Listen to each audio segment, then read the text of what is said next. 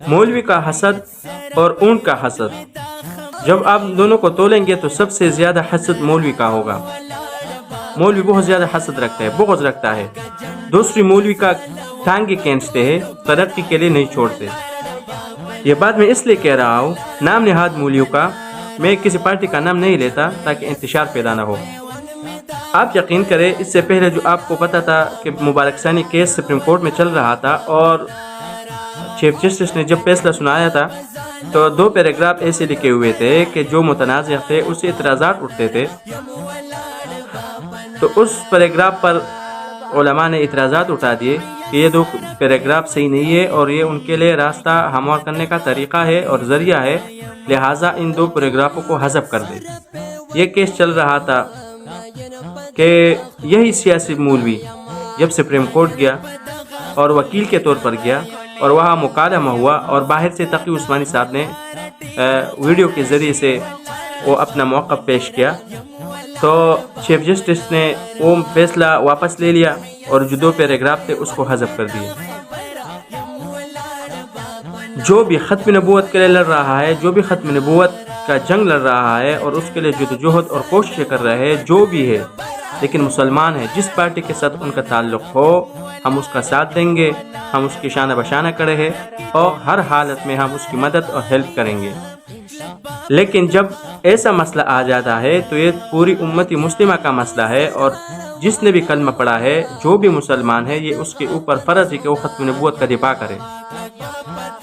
آپ یقین کریں، جب مولانا صاحب نے یہ کیس جیت لیا اور اللہ رب العزت نے فتح دے دیا، تو 2 پارٹی ہے، میں اس کا نام نہیں لیتا، حسد کی وجہ سے، بغض کی وجہ سے انہوں نے مولانا فضل الرحمان صاحب کا نام تک نہیں لیتا اور اس کا حوصلہ افزائی بھی نہیں کرتا، یہاں تک کہ آپ یقین کریں کہ یہ مسئلہ صرف مولانا فضل الرحمان صاحب کا تھا۔ یہ ایسے لگ رہا ہے بھائی آپ کیوں اتنا حسد اور بغض رکھتے ہیں؟ اور وہ دعویٰ یہ کرتے ہیں کہ ہم تو اسلامی قانون نافذ کرتے ہیں، اسلامی قانون ہمیں چاہیے، اور یہ سیاستی پاکستان کا قانون کفر کا قانون ہے، ہم اس قانون کو مانتے نہیں ہیں۔ بھائی کون نہیں چاہتا کہ اسلامی قانون نافذ نہ ہو؟ کون نہیں چاہتا کہ قرآن کی نظام نہ ہو، کہ اللہ کے زمین پر اللہ کا نظام نہ ہو؟ کون نہیں چاہتا؟ ہر کوئی چاہتا ہے، لیکن اس کے لیے قربانی دینی پڑتی ہے۔ جب آپ سے ایک مولوی ہضم نہیں ہو رہا، ایک مولوی آپ سے ہضم نہیں ہو رہا، تو آپ دوسرے لیڈر کو کس طرح سپورٹ کریں گے؟ دوسرے لیڈر کو آپ کس طرح فالو کریں گے؟ اس کے لیے قربانی دینی پڑتی ہے، اس کے لیے متحد ہونا پڑتا ہے۔ آپ ایک مسئلے کی بنیاد پر، ایک مسئلے میں آپ ایک مولوی کا ساتھ نہیں دیتے، ایک مولوی کا ٹانگیں کھینچتے ہو اور دعوے یہ کرتے ہو کہ ہمیں اسلامی قانون چاہیے۔ اسلامی قانون ہر کوئی چاہتا ہے،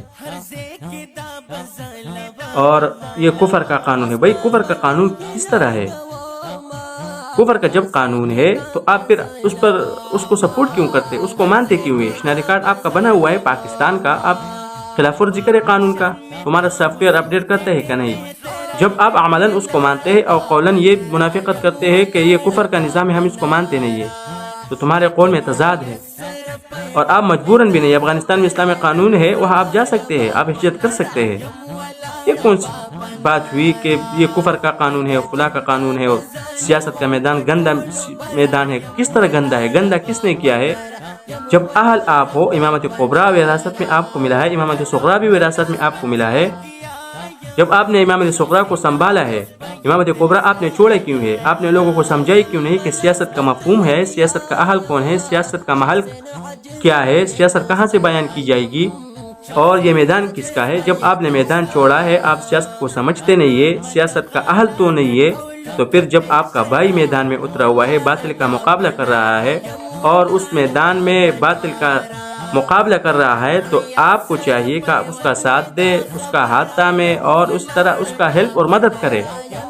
آپ اس کے ٹانگیں کھینچتے ہو، اور جہاں سے مدارس ٹارگٹ ہوتے ہیں، مساجد ٹارگٹ ہوتے ہیں، تو اس کا جواب بھی اس جگہ سے دینا مناسب ہوگا جس جگہ سے مدارس ٹارگٹ ہوتے ہیں۔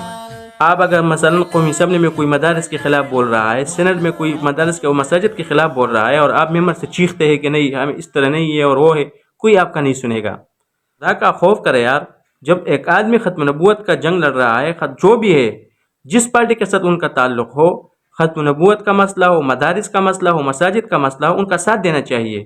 آپ یقین کریں 2 جماعتیں ایسے ہیں کہ بیان جاری نہیں کیا کہ ہم اس کا شکر گزار ہے کہ مولانا فضل الرحمان صاحب نے تو بہت بڑا اقدام کیا ہے اور بہت بڑا کارنامہ کیا ہے، انہوں نے ابھی تک یہ بیان نہیں دیا۔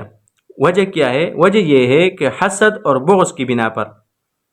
مولوی حضرات، یہ بغض اور حسد اپنے سینوں سے نکال دو یار، خدا کا خوف کرو۔